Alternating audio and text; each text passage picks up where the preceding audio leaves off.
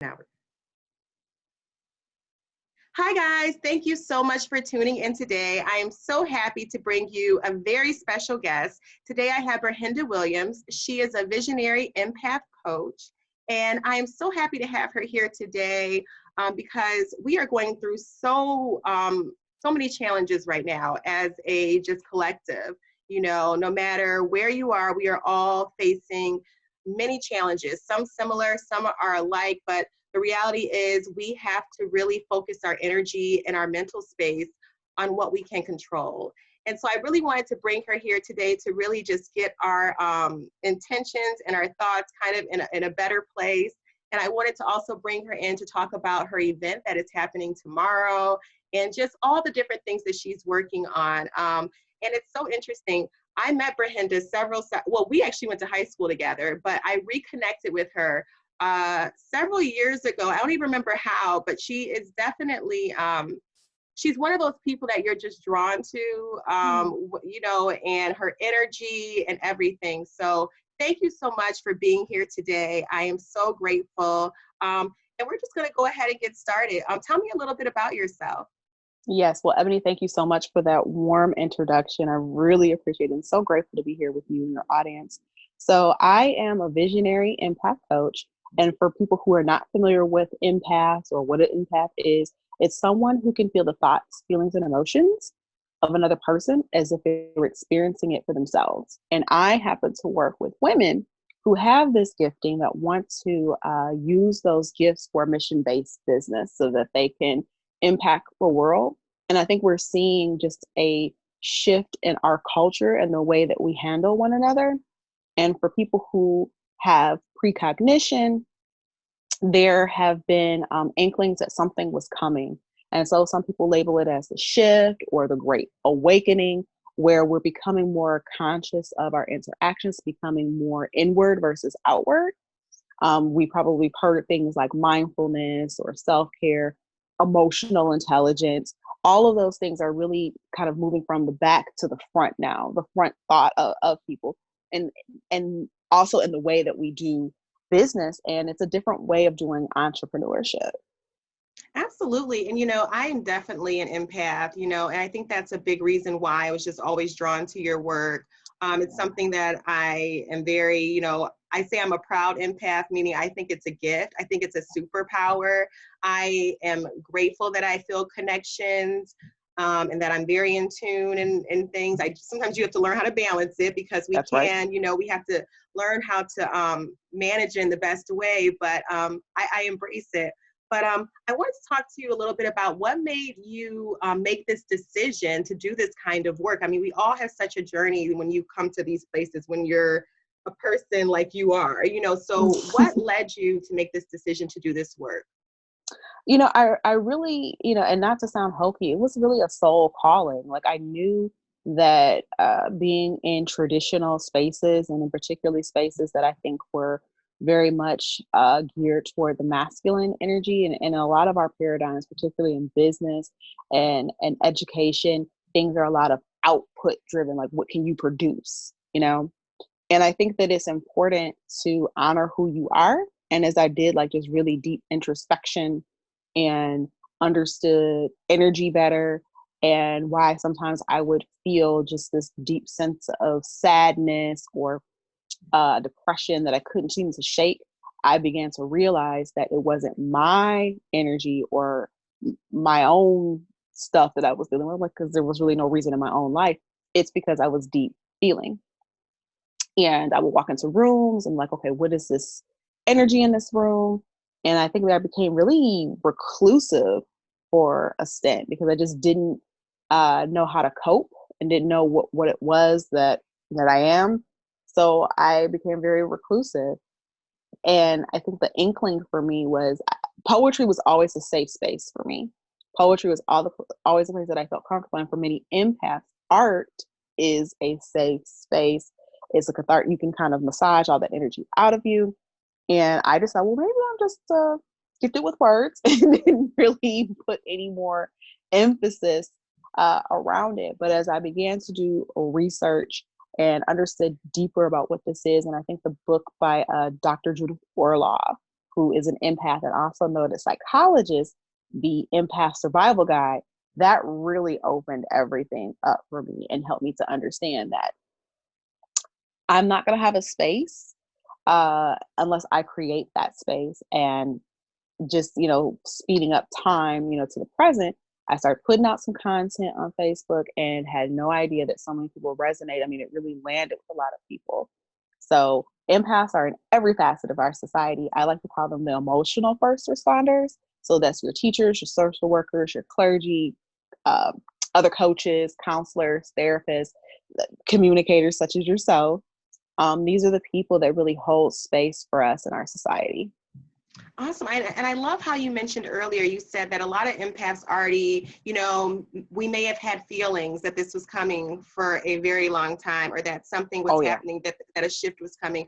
I know, I talk very frank about this, but I know for me, I think most of us have always felt it. Like, since we were young, we might not have been able to understand it or vocalize it, but we've always had these kinds of feelings. And now here we are, can you discuss some of the challenges, being this person that feels so much? And, especially, we were talking before we started, we're here in Detroit, where it's been hard for us here. A lot of us have many people have lost loved ones. If you haven't lost a loved one, someone very close to you, most likely, who has lost someone.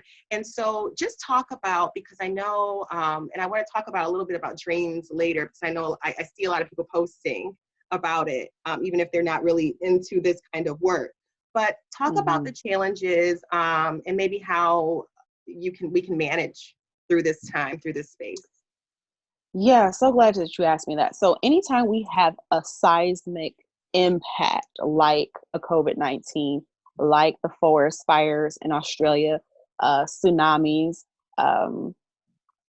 massacres, any of those great large scale atrocities, the empath is going to feel it. And so I've had empaths reach out to me to tell me that, something could happen way across the world, but they feel it. And I think that in that heightened state of sensitivity, like we're in right now, it can feel very debilitating. You can begin to cry for apparently no reason. You can become outraged. You really run the gamut of emotions. And so the best thing that I suggest to a person who may be feeling like they're empathic is to not run from it, but to embrace it. Sit with it. Sit with your emotions. Sit with your anger. Sit with your grief. Journal. Where is this coming from? How is this? What is the impact of this? And then once you can really start processing, what is this here to teach me? Because as an empath, as a deep feeler, you're here to play a role. You're here. If you're born in this time and space, you were made, and not to sound trite, but you were made for such a time as this.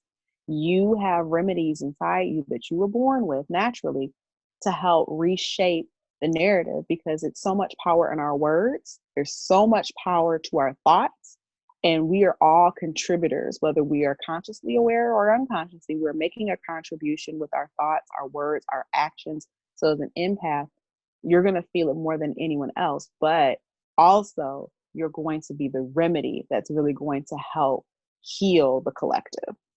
I love that you said that. And I love that you also said, that you might be outraged, but you might cry too, because oftentimes people confuse being an empath to me with being sensitive. Like, yes, you're sad or you're like an emo, especially younger people. And that's why I think it's so important that we really start educating and speaking more about this. I think that we confuse the two, and it's easy to really lean into that other energy, no matter who you are. So talk a little bit about the different type of empaths, and also how we basically all share it all. It's just a matter of living in harmony. Just talk a little bit, because I know you get what I'm trying to convey. Oh, yeah, absolutely. So, there's 17 types of empaths. And so I could be here all day explaining what they are, but the big thing is the emotional empath. And that's generally where we start, and then we can branch out into a plant empath or an animal empath. So examples of plant or empath would be George Washington Carver, who discovered 1,000 uses for the peanut. And it's like, well, how does a person do that? Because he has a kinship with the earth. He has a relationship with plants, or Jane Goodall, who does work with animals. Mm-hmm. So when we think about like a horse whisperer or an animal whisperer, or someone who has a kinship with dogs or cats, or especially as children, many animal empaths have said they've always had a deep relationship and communication, almost like a Dr. Dolittle like Mm-hmm. communication Mm-hmm. with animals. So we see that in veterinarians. They really do feel drawn to help and work with animals. And then there are other types of empaths that have a kinship with landscape. So you can walk into and get the gauge of a room. And even mechanical empath, they have the engineer's mind. Like, they just know. They don't know how things are put Mm-hmm. together, but they can literally take something apart and put it back together again. And I So always yeah. say during these times too, when I see people that are really good with their hands, like that can like build and really create, and like artists, when I see like real artists now, I'm always like, yes, because that's a big part of like how, they're so connected still in the midst of all this like extra stuff going on. I like to see that. So yeah. Yeah. Also for you, how would you describe yourself? Like you're obviously, I know that's kind of like, but how would you describe yourself, and what is working for you right now when it comes to managing and guarding your own energy? Like what works for you? Wow. So I would say definitely I'm an emotional empath, so I can sense the emotions of others. I'm also an intuitive empath, meaning that I'm definitely in tune with what people are thinking or feeling. Um, Empaths can also have a heightened sensitivity with all of their senses being amplified. For your audience, I used to be a teacher, a high school teacher, and so kids would say, "How did you hear me swear from like?" I don't know. I would have like supersonic hearing. So what's really happening with all of that extra sensory ability is to unplug. I actually take the social media app off my phone. I think the biggest app that drains me the most is Facebook, right? Because it is an echoing chamber, I think, more so than some of the other platforms. So I will take the app completely off my phone. I'll keep Messenger, and I go for walks. Like, even though we're quarantined, we don't have to stay inside the house. And getting out into nature, which is another sweet spot for empaths, water, being around nature, and definitely unplugging from social media is really going to behoove an empath. So I know a lot of us stay connected for work, or part of our business is being connected. But I really believe that deeper, the real connection that we need to have is the one that we have with spirit. And so how do we do that? We have to turn everything else off. I love that. And obviously, I'm an internet wellness advocate. I love unplugging. I love teaching my daughter how to unplug, how to appreciate nature. I keep forgetting that you were a teacher too. So I think probably Mhm, that's probably also why we were very drawn to one another. mhm, I was a teacher also, if you're new to the channel, for 7 years before transitioning on out. But yeah, so, and then two, also, her sister and I were both in the same graduating class. So we have a lot of, I feel like, and then mhm. Janet Jackson. So I just like we have a lot of Yeah, love her. mutual Mhm. people who have drawn us to have this wonderful conversation we're having today. Absolutely. So I want to talk about your event tomorrow. You Mhm. have an event that's coming up, and you have many events like this. So if you can't tune in tomorrow, Zoom in tomorrow, you have more. Tell us about a little bit about the work you're doing, and about the event tomorrow. Sure. So definitely, if you feel drawn to being empathic, I would say please go to my website, and we can talk more about that later. I also have a group for visionary empaths. Tomorrow is a group for an empathic convening, because I really want us to move into a sense of mastery. And I don't mean that we're going to get it perfect, right? We're not going to be perfect, but when we can get a better hold of who we are. So it's an amplification of your soul gifts as a visionary empath that's happening tomorrow, obviously online because we're under quarantine. It's a container to get into the 17 different types of empaths. I know a lot of empathic people who have kinship to loved ones, deceased people who've moved on to the other side. I think that that's very powerful. And especially in the African American tradition of honoring our ancestors, I think that that's very vital, because healing is another major component. So we're going to get into some shadow work, meaning hidden parts of our personality that we don't always address, that we may project onto other people. And then moving through the stages of consciousness, because I really want us to understand that this faculty, the power of imagination, is probably one of the biggest, most profound gifts that we can have as human beings. So yes, I have this convening tomorrow for empathic women. And I would just love, for your audience who feels that this is something that they've been drawn to and can identify with, to join us on tomorrow. And then also it's not free, but you are asking for like a love, offering. So it's pretty Yes. much, I just Sliding like that. scale. That's important. We got to always let people know, Yes, so there's no yes. No, barriers. so yes, No there are no barriers. barriers. There are no barriers. It's sliding scale, because I understand that we're in different spaces because we've been impacted differently.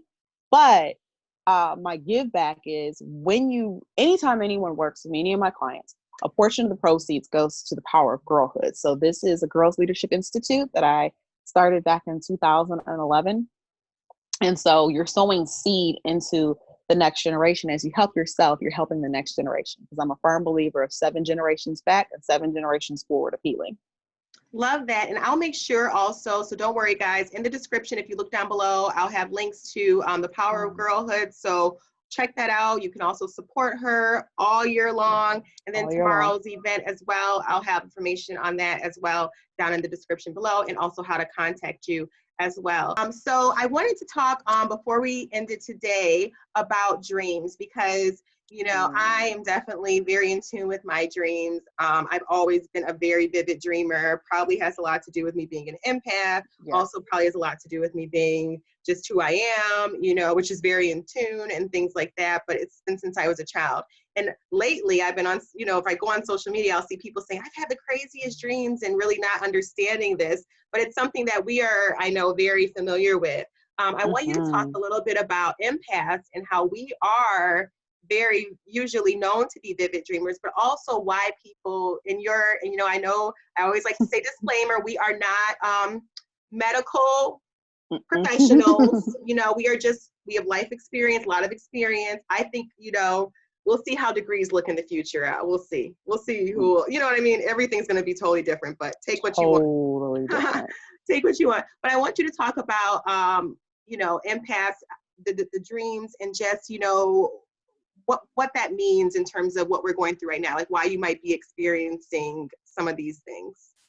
Absolutely. So again, in the dream state, we're in an especially in between sleep and consciousness, we are in an altered state. So we're a little more open and receptive to receiving information. And actually, I'm going to be talking about the different types of dreams tomorrow, because there's different types of dreams that you can have.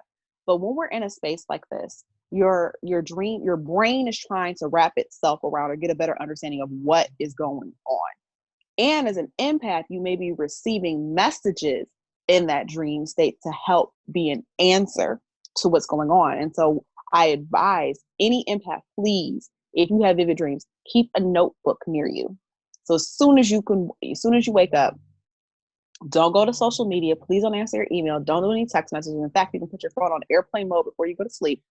Write out your dreams. And no matter how insignificant you think it is significant. And Judith Orloff, who is, again, the godmother of all empaths, said that she had several clients come to her a year before 9/11, all experiencing dreams of airplanes crashing.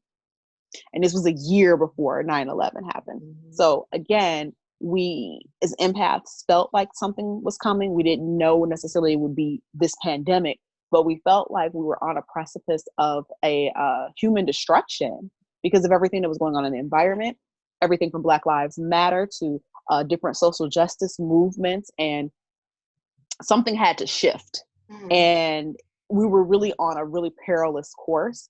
And I just hope that we take note, really take note about where we were as a culture and where do we want to be. I agree. And, I talk a lot about that because I think that, for me, I felt like things weren't sustainable for a very long time. And it's almost as if empaths, when you're really in tune, it's almost as if you've been speaking like a different language your whole life. Like, because, you look at things when other people might see it as just a movie, right? They might see a movie and it's just a movie. It's just a movie. It's just entertainment. It's really hard for us to just see things as just entertainment, or to not see the deeper meaning in all the different areas of life. And now it's kind of like, thank God we have this gift. And I like how you spoke earlier about it being, a gift. And like now it's like, wow. In our dreams, I always like to tell people, I'm no like doctor, but I do feel like, our dreams, that is the part of our higher self really trying to communicate to us. It's really trying to break through. And it's all a matter of how open you are. And it has a lot to do with how receptive you are too. So I always say, don't minimize those things. Don't minimize your thoughts. No. A lot of people just, it's crazy. And especially now, it's like, how can we minimize these things now? I think now is the time to really get in tune with ourselves and give ourselves grace. And also it's an opportunity, if you don't know about these things, and if you don't know why you feel the way you might feel, explore and, learn more. I really encourage people to do the work right now. You don't have to do much. If you need to sit still, then that's work too. A lot of us just need to probably sit still right now. But whatever it is, whatever brings you kind of that joy, let's go there. But yeah, I did want to definitely talk about dreams and just, I do plan to do a video down the road too. Might have you back on and ask you to come back on, but I really want to do one more on just exploring some more things. It's something that I've been studying for quite some time. Now for a little fun, because I know we've had, a very, to me, wonderfully enlightened conversation, but I want to get into a little bit more about your personality, because there is so much. I wanted to talk about so much with you, and I might even just bring you on down the road for an interview just about like you, because there's so much there outside of just the amazing work you do. But we're going to do a fast five, some fast five recommendations, okay? So I'm just going to go through it. Favorite recommended book. Recommend us a book. Give us a book. Favorite recommended book. I would say right now I'm reading Marianne Williams's Divine Compensation. Love her. Okay. Awesome. Say that one more time. I don't know if it was. Oh, sure. The Divine Law of Compensation by Marianne Williamson. Okay. Podcast. Any podcast? Yes. Krista Tippett's On Being. Okay, say that again one more time. So I'm going to include all of these down in the description below. Okay, so Krista Tippett, On Being. Okay, awesome. Movie. Doesn't have to be new. Never Ending Story. Aww, my favorite too, even though my daughter doesn't appreciate it yet. It's cool. Not yet, but I love it. Show. Favorite show? The Golden Girls. So funny to me. That is so funny. Okay, song. Ooh, favorite song. Jill Scott, When I Wake Up. Okay, nice. Okay, so nice. So now for your musical choice, this is just a side question. What kind of music are you listening to? I just want to know in general. I'm just curious. Oh, in general, everything. Salsa, bachata, merengue, Afrobeat, classical. Did you hear the Savage remix by Beyonce and Meg Thee Stallion? Mm-mm. Oh my gosh. Okay. No, I'm gonna have to get up on that. I don't listen to much. I don't listen to a lot of the new stuff, but I am a Beyonce fan. It's pretty fantastic. Check it out. It's fantastic. Okay. How can people connect with you? Sure. So you can find me on Facebook, on all social media. It's under Berhenda Williams. I Googled myself. I'm the only one in the world. So you can find me there. And then you can hang out at my website at Berhenda, BER-HENDA Williams.com. Awesome. Thank you so much for coming today and sharing the space with me. Is there anything else you want to share with us before we go today? Anything else? You know what? Don't judge yourself. Please don't judge yourself, especially empathically. When you think that your intuition is off, it's not. Your spidey senses are intact. Honor your feelings. What you feel is right. Don't ignore those inner promptings, and honor what you feel that you're called to do. Live a purpose-driven life. Love it. Thank you so much. All right, guys. If you Oh, haven't thank yet, hit you. the like and subscribe button. Thank you so much. Check out the description below to see how you can get in contact with Berhenda. Thank you so much for coming today. And thanks, guys, for tuning in. Oh, yeah. Thank you for having me.